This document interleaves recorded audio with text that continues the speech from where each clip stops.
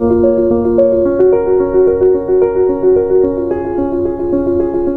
पहलुओं पर। दोस्तों, क्या आप जानते हैं कि कितना बोलना, कब बोलना और कैसा बोलना हमारे जीवन के लिए किस तरह से प्रभाव कर सकता है? How much speaking, when to speak, ये दो बातें बहुत ही जानना ज़रूरी है। मेरे अपने निजी जीवन के जो तजुर्बे हैं, मेरी पर्सनल लाइफ के जो अपने एक्सपीरियंस्ड है, उनके आधार पे भी मैं ये बता सकता हूँ कि ये चीज़ कितनी जादुई होती है, कितनी मैजिकल होती है। आपको जितनी ज़रूरत है उतना बोलें, उससे कम बोलें, उससे ज़्यादा बोलें, मौके पे बोलें या अवॉइड करें या मूक रहें, ये तमाम प्रश्न समय समय पर जब आप फेल होते हैं या रिजेक्ट होते हैं या लोगों द्वारा अपमानित होते हैं, तो आपको फिर इसकी प्रासंगिकता, इसकी रेलेवेंसी समझ में आती है। एक कहानी से स्पष्ट करना चाहूँगा। एक देश था, उस देश में एक राजा रहा करते थे जिनका चारों दिशाओं में यश वैभव था, लेकिन समय बीत रहा था और राजा बुजुर्ग हो रहे थे। राजा की उम्र ढल रही थी, पहले वो युवावस्था फिर अधेड़ावस्था की ओर बढ़ रहे थे, उनकी कोई संतान नहीं हो रही थी। तो राजा वहीं की एक ऋषि के पास जाते हैं और उनसे कहते हैं कि प्रभु, हे महाराज, मुझे ऐसी कोई शक्ति दीजिए या ऐसा कुछ करिए जिससे मुझे संतान हो जाए। ऋषि बहुत ही सिद्ध थे, पहुँचे हुए थे, लेकिन उन्होंने अपने सारी इंद्रियों को जीत लिया था ऋषि ने, और उन्होंने सारे कर्मास को बैलेंस करके अकाउंट अपना ज़ीरो कर दिया था। मेरे कहने का मतलब ये है कि उनके कर्म का लेन देन की सारी जो है वो अकाउंट बैलेंस वो न्यूट्रल हो चुका था। अब उन्हें वैष्णो धाम या मोक्ष या जिसे जन्नत कहते हैं उसमें जाने का समय आ गया था।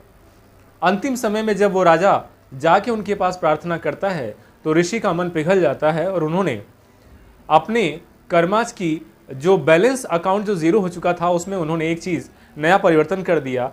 ब्रह्मलोक में या वैष्णो लोक में वो जाने ही वाले थे कि उन्होंने माया में पड़कर उस राजा को उन्होंने एक फ्रूट दिया और कहा इसे अपनी पत्नी को खिला देना और क्या हो जाएगा, उससे संतान की उत्पत्ति हो जाएगी।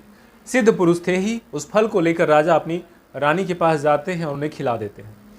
जब उसे मोक्ष की लगता था कि अब जीवन मरण से मुक्ति मिल जाएगी, गोलोक में या वैष्णो लोक में चले जाएंगे, मोक्ष में चले जाएंगे, उस समय उनको वहाँ से आदेश मिलता है अभी आपको एक जन्म और लेना है। जब वो चिंतित हो गए, बोले कि हमने तो ऐसी कौन सी गलती कर दी कि हमें दोबारा वो जन्म लेना पड़ रहा है। तो वहाँ साधु को याद दिलाया गया कि आपके कर्मास तो न्यूट्रल थे, लेकिन आपने राजा की जो मदद की उससे आपका कर्मास जो है वो डिसबैलेंस हो गया है। अब चूंकि उसके भाग्य में लिखा नहीं था बच्चा होना, लेकिन आपने अपनी शक्ति से, अपने तप से उन्हें दे दिया फ्रूट, तो आपको उनका बेटा बनकर ही पैदा होना पड़ेगा। अब वो जो जीवन चक्र के बंधन से मुक्त हो गया था, लेकिन उसे एक जन्म और लेना पड़ा। इसका मतलब ये था कि अब उनके घर राजा वही संतान बनकर उत्पन्न होता है। तो एक बहुत बड़े सवारी पर बैठने वाले थे, मोक्ष की सवारी पर, लेकिन उन्हें खींच करके दोबारा जन्म मरण के कुछ चक्रों में फिर से डाल दिया गया, केवल एक बोलने पर, एक इमोशन को बैलेंस ना कर लेने पर। तो बोलने की शक्ति वो शक्ति है जिसे अगर सही समय पे यूज़ किया जाए तो असाध्य काम भी हो सकता है, लेकिन अगर गलत समय पर बार बार यूज़ किया जाएगा तो हर बार फंसते जाएंगे और एक को ढकने के लिए आपको बार बार वैसे ही असत्य, झूठ, लाम लगाम का सहारा लेना पड़ेगा। एक चीज़ और कहते हैं, अंग्रेजी में एक कहावत है कि अगर आप ज़्यादा चुप रहेंगे तो ज़्यादा सुने जाएंगे, ज़्यादा बोलेंगे तो कम सुने जाएंगे। ये सृष्टि का ऐसा ही नियम है। तो जीवन में कम बोलना, सही मौके पर बोलना बहुत महत्वपूर्ण है। आपने देखा होगा कि कई ऋषि, महर्षि, कई साधु, महात्मा ऐसे होते हैं जो अपने को केवल पब्लिक मीटिंग के समय एक बार आते हैं और उनमें भी ज़्यादा बातचीत नहीं करते हैं। वो इशारों के द्वारा, संकेतों के द्वारा या विभिन्न यंत्रों के द्वारा अपना उत्तर देते हैं। ज़्यादातर मूक अवस्था में चले गए। राजस्थान में कुछ ऐसे साधुओं को जानता हूँ जो अपनी कुटी से सीधे कुएं तक का एक सीढ़ियाँ बनवाए हैं और दिन भर या 2-3 दिन उसी में जाकर साधना करते हैं, लोगों से दूर रहते हैं और चुप रहते हैं।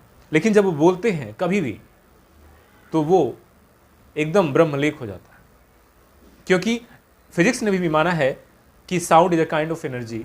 इसका अगर सही यूज़ करोगे तो जीवन में बहुत ही प्रोडक्टिव होगा, और इसका अनाप शनाप बेतरतीब यूज़ करोगे तो आप खुद ही फंसोगे और इससे आपको तकलीफ होगी।